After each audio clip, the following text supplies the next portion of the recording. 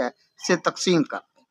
اس طرح AQI یعنی فضائی آلودگی کا اشاریہ معلوم ہو جائے گا۔ اگر ہوا کی معلوم کردہ کوالٹی یعنی AQI 151 سے 200 کے درمیان ہو تو صحت کے لیے مضر ہے، اس لیے عام انسانوں کی صحت پر برے اثرات پڑ سکتے ہیں۔